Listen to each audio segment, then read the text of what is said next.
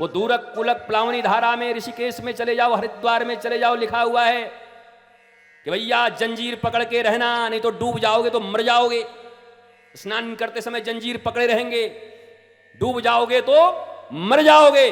दूरक कुलक प्लावनी धारा, ऐसी सलिला नदियों में अगर डूब गए तो मर जाओगे, और ऐसे राम हनुमंत कथा और गुरु कथा की धारा में डूब गए तो तर जाओगे। वहां डूबना मर जाना है, यहां डूबना तर जाना है। यहां तैरना नहीं है, वहां तैरना ठीक है और यहां डूबना ठीक है। गंगा जी में जाके डूब मत जाइयो, मरमरा जाओगे उसी में। और कथा में आके तैर मत जाइयो। अच्छा ये मन, अच्छा कहाँ के हैं? वृंदावन है। इनका ये बाल ओरिजिनल है कि नकली है? तुम्हारा क्या है? तुमसे मांग के लाए? कमाल आदमी है। इतना कथा में, इतने शास्त्र में, भारतीय सनातन परंपरा में तुम्हें कुछ और नजर नहीं आया, जटा नजर आई। और आई तो पूजन करो। ये जटा कोई ऐसे ही नहीं है। जटा के पीछे के भी विज्ञान होते हैं साहब, उनकी साधनाएं होती हैं। शरीर से ऊपर उठकर जब अपनी कोई साधना में डूबता है, न जटा का पता है न पता का पता है। जब गोपियों से भिक्षा करके महीनों तक एक ही वस्त्र में रहते हुए उस साधना की क्रिया के उपरांत जो हुआ हुआ, कौन हटावे और कौन बढ़ावे। अभी दुनिया में ये भी एक ऐसा चीज है, रोज इसको कौन काटे कौन हटावे, हमारा टाइम बर्बाद करे, उतने में हम गीता पढ़ें थोड़ा देर। रहने दो, ऋषि महर्षि हमारे ऐसे ही पहनते। अब जो क्लीन सेव है उनको हम मना नहीं कर रहे हैं, रोज रहा करो, हमको कोई दिक्कत नहीं, अच्छे ही लगते हो। चमड़े से तो अच्छे लगते हो, दिल से भी अच्छे लगो। आत्म उन्नति भी हो, शारीरिक उन्नति तो बहुत है, आत्मोन्नयन कब होगा? ये शारीरिक उन्नति तुम्हें शांति नहीं देगी, पर आत्मोन्नयन तुम्हें शांति देगी। जहां भी रहोगे मस्त रहोगे, खुश रहोगे। अष्टावक्र जनक के गुरु हैं, 8 जगह से टेढ़े हैं, बड़े बड़े जनक उनके चरणों में पड़े रहते हैं। बड़े बड़े जनक वो 8 जगह से टेढ़े ऐसे, वो तो नहीं गए ब्यूटी पार्लर, उनको तो कोई सुंदरता की जरूरत नहीं, बोला आना आ जा। और जनक इतने सुंदर, इतने बड़े राजा, पर जीवन में चिंतन की धारा के लिए, आत्मज्ञ होने के लिए 8 जगह से टेढ़े कुबड़े उन अष्टावक्र के पास आना पड़ता है। मूल है ज्ञान, नॉलेज। ज्ञान हो गया तो तुम्हारे जीवन में आनंद हो गया, मौज आ गई। गुरु ज्ञान का सागर है। अपने घड़े को अगर सीधा रखोगे, सैकड़ों मीटर भी तैर जाओगे तो पानी भरने वाली नहीं, झुकना पड़ेगा। झुक गए तो सागर से एक घड़े पानी जाने से कुछ सागर को फर्क नहीं पड़ता, पर उस घड़े की जिंदगी बदल जाती है, खाली से भरा हुआ हो जाता है। वो विनम्रता, वो झुक जाना उनके समक्ष। सीधे ही तैरते रहो गंगा जी में, घड़ा तैरते रहे जिंदगी भर, झुके नहीं, एक बूंद पानी भीतर नहीं जाएगी। गंगा में रहते हुए भी पानी नहीं जाएगी, रावण की तरह। पर थोड़ा झुक गया, गुड़गुड़ गुड़गुड़ गुड़गुड़ गुड़गुड़ गुड़गुड़ गुड़गुड़ गुड़गुड़ गुड़गुड़ गुड़गुड़ गट्टब लेके गोपी चली, बड़ी दूर नगरी लेके चली जाएगी। यमुना जी से झटपट भर लाओ जमुना से मटकी, बहुत कठिन है डगर पन घटकी, पट झटपट भर लाओ जमुना से मटकी। टाइम मिला, जीवन मिला, ऐसा अवसर मिला, ईश्वर की अनुकंपा है, कृपा है। अब आगे का चिंता मत करना कि अगली बार ऐसा करेंगे, अगली बार आपकी कथा सुनेंगे, अगली बार तो हम राम कथा में ऐसे बैठेंगे। अरे पता नहीं तुम रहो कि ना हम रहें। इस शरीर दुर्लभो मानुषो देहि देहि नाम क्षण भंगुरः। जो सुनना है वो आज, जो बनना है वो आज, जो पीना है वो आज, जो लेना है वो आज, जो होना है वो आज। कल कुछ नहीं है, कल मृत्यु है, मौत है। इस दुनिया में कल अगर कुछ है तो मौत है, कुछ खबर नहीं। ये जवान जवान चेहरे मोटरसाइकिल से एक्सीडेंट करके उसी दिन उनके पोस्टमार्टम होते हुए छाती पीटते माँ बाप तुम देखते होगे।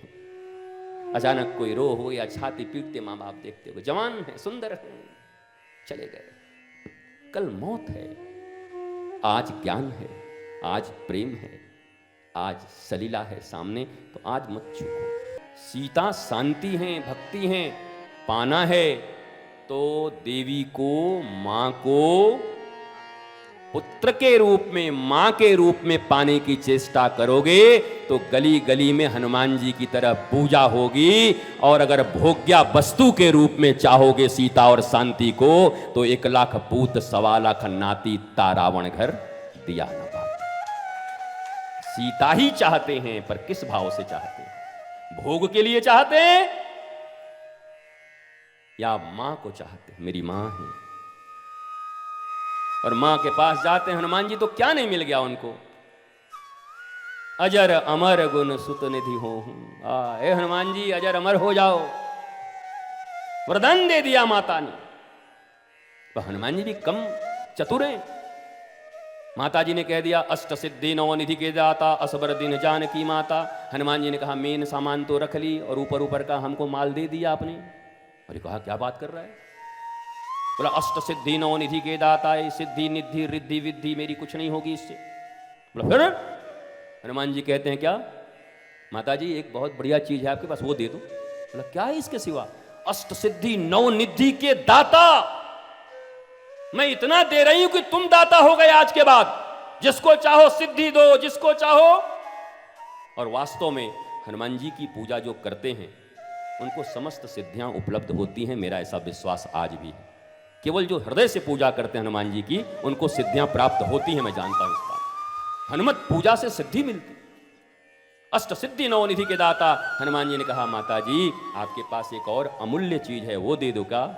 राम रसायन तुम्हारे पासा और सदा रहूं रघुपति के दासा।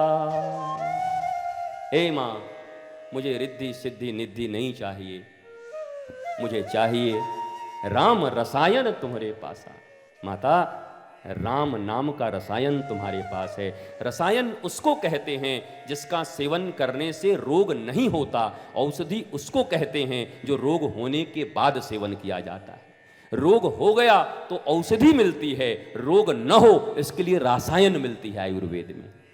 तो राम औषधि नहीं कहा, बोला राम रसायन तुम्हारे पासा।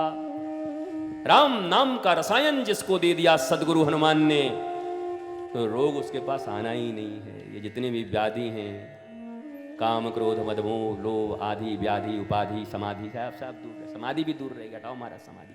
भक्ति करो, मौज में रहो। समाधि से उठ उठ के लोग आते हैं भक्ति करने के लिए। भक्ति के क्षेत्र में समाधि भी का मूल्य नहीं है। समाधि तोड़ तोड़ के ऋषि आते हैं हिमालय से। हमारे वृंदावन में जब महारास की लीला चलती है, अष्टयाम लीला चलती है, हिमालयों से अपने योग को तोड़ तोड़ के ऋषि देखने के लिए आते हैं वृंदावन की भूमि पर, जो आज तक कभी शहर नहीं गए, महारास की लीला देखने आते हैं। वो समाधि भी किस काम की जो श्री कृष्ण के रास लीला के लिए टूट न सके। वो समाधि किस काम की? समाधि लगाई तो इसलिए है कि किसी दिन राधिका और कृष्ण का दर्शन हो जाए, मौज हो जाए, आनंद हो जाए। इस दुनिया में कथा के लिए अगर कुछ छोड़ के आ रहे हो, तब वास्तव में कथा का मूल्य दे रहे हो।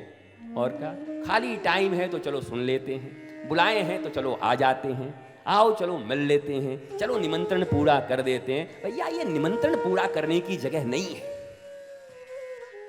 सॉरी टू से, ये बिल्कुल निमंत्रण पूरा करने की जगह नहीं। यहां निमंत्रण पूरा करने से कुछ नहीं मिलने वाला। ये प्रबोध का जगह है, जागरण का जगह है, पीने की जगह है, जीने की जगह है, इन सूत्रों में डूबने की जगह है। हनुमंत कथा, राम कथा, कृष्ण कथा में डूबने की जरूरत है, तैरने की जरूरत नहीं। तुम तो तैरने आए हो, ऊपर ऊपर तैर रहे हो, यहां वहां ये वो 3 5 7, तैरने से थोड़ी कुछ होता है। साहित्यिक भाषा में 2 प्रकार की सलीला होती है। एक सलीला को बोलते हैं दूरक कूलक प्लावनी धारा, और एक होती है आत्मक कूलक प्लावनी धारा। साहित्य के जो विद्यार्थी हैं उनको आनंद आएगा, थोड़ा ले लो। दूरक कूलक प्लावनी धारा, और एक का नाम है आत्मक कूलक प्लावनी धारा। दूरक कूलक प्लावनी धारा कौन है? गंगा, यमुना, नर्मदा, गोदावरी, गोमती, क्षिप्रा, ताप्ती, इन नदियों में स्नान करने के लिए तुम्हें वहां तक जाना पड़ता है। गंगा जी जाना है तो तुम्हें जाना है, फिर काशी जाना है, संगम जाना है तो प्रयागराज जाना है, नर्मदा जी जाना है तो फिर तुम्हें जाना है अमरकंटक। तो इनको कहते दूरक कुलक प्लावनी धारा, ऐसी धारा जो तुमको शुद्ध कर देती, विशुद्ध कर देती, आनंदित कर देती, पर उसके लिए तुम्हें जाना पड़ता है। एक धारा है आत्मकूलक प्लावनी धारा। ये रामायण, ये गीता, ये महाभारत, ये हनुमान चालीसा, ये सुंदर कथाएं, पुराण की कथाएं, ये तुम्हारे आत्मा के करीब से बहती हैं और इनके लिए तुम्हें कहीं जाने की जरूरत नहीं होती। तुम लाख उपाय कर लो पर गंगा जी नहीं आने वाली रांची में। बरसों बरस लग जाएंगे, भारत सरकार और सारी सरकारों को अगर कुछ उपाय भी करें तो, जोड़े भी किसी नदी को तो।